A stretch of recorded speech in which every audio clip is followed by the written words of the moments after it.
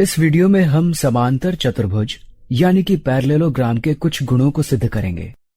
सबसे पहले हम यहां से शुरुआत करेंगे कि अगर हमारे पास समांतर चतुर्भुज ABCD है तो उसकी सम्मुख भुजाएं यानी ऑपोजिट साइड एक दूसरे के बराबर होती हैं। तो हमें यह सिद्ध करना है कि AB DC के बराबर है और AD BC के बराबर है। चलिए यहां पर एक विकर्ण बनाते हैं और यह विकर्ण समांतर रेखाओं के दो समूह को प्रतिच्छेद कर रहा है। हम इसे त्रियक रेखा भी मान सकते हैं। मैं इस रेखा को थोड़ा सफाई से बना देता हूं।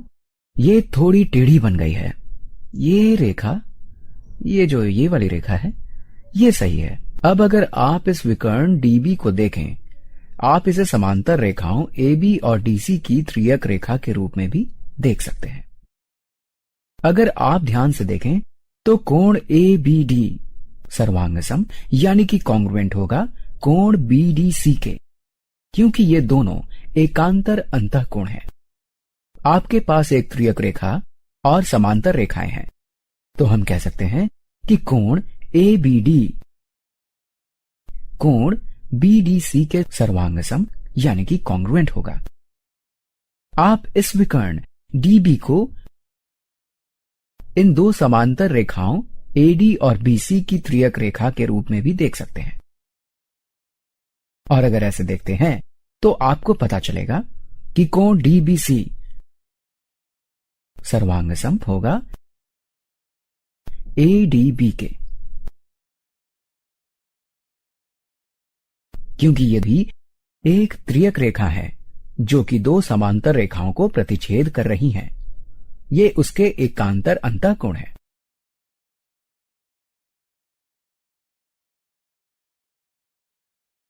हम इसे ऐसे लिख सकते हैं कि दो एकांतर अंतःकोण एक दूसरे के सर्वांगसम होंगे। अगर एक त्रियक रेखा दो समांतर रेखाओं को प्रतिच्छेद कर रही है तो हम ये भी देख सकते हैं कि भुजा DB दोनों त्रिभुजों त्रिभुज ADB और त्रिभुज CDB का हिस्सा है। अब ये हमारे किस काम आएगा?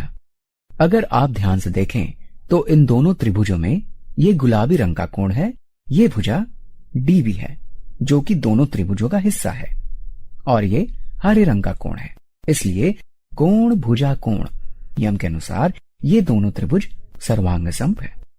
इसे हम इस तरीके से लिख सकते हैं कि त्रिभुज ADB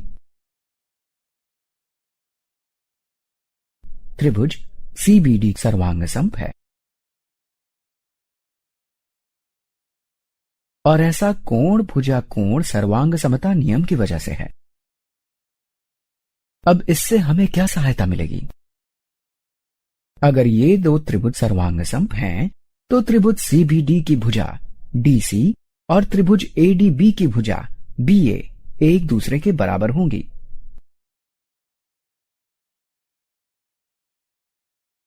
और ये इसलिए बराबर होंगी क्योंकि सर्वांगसम त्रिभुजों की संगत भुजाएं एक दूसरे के बराबर होती हैं। और इस तर्क के अनुसार भुजा AD और भुजा CB संगत रेखाएं हैं, और इसलिए AD और CB एक दूसरे के बराबर हैं क्योंकि वे सर्वांगसम त्रिभुजों की संगत भुजाएं हैं। और इस तरीके से हमने ये सिद्ध कर दिया कि किसी भी समांतर चतुर्भुज की सम्मुख भुजाएं एक दूसरे के सर्वांगसम होती हैं। अब क्या हम ये सिद्ध कर सकते हैं कि अगर हमारे पास एक चतुर्भुज है और उसकी सम्मुख भुजाएं सर्वांगसम हैं तो वह एक समांतर चतुर्भुज है? चलिए यहां पर एक विकर्ण बनाते हैं, और यह सबसे मुश्किल काम है।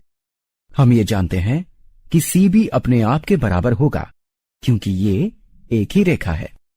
अब यह काफी दिलचस्प है। हमने इस चतुर्भुज को दो त्रिभुजों में विभाजित कर दिया है, त्रिभुज ACB और त्रिभुज DBC।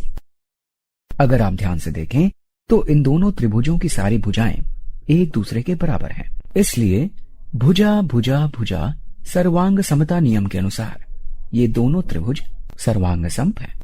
तो हम कह सकते हैं कि त्रिभुज ACB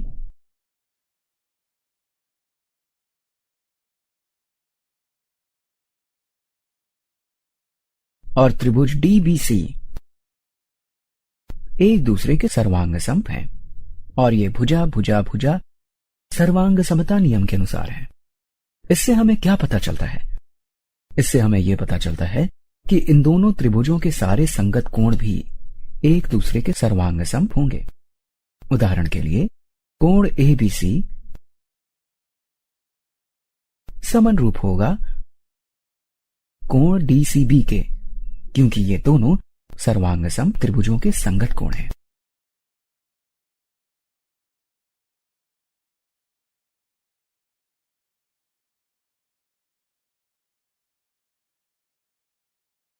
तो कोण ABC कोण DCB सर्वांग सम होगा, इसलिए ये दोनों कोण भी सर्वांग सम होंगे।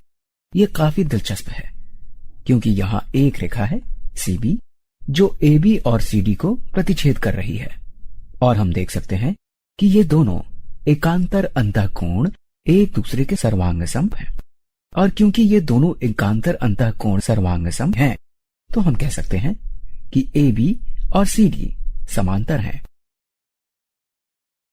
हम ये कह सकते हैं कि AB और CD एकांतर अंतःकोण की वजह से समांतर हैं और ये एकांतर अंतःकोण इस त्रियक रेखा के AB और CD को प्रतिच्छेद करने की वजह से बन रहा है।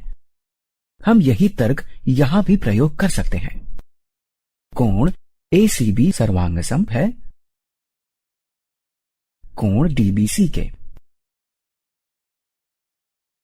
क्योंकि सर्वांग सम त्रिभुज के संगत कोण भी सर्वांग सम होते हैं।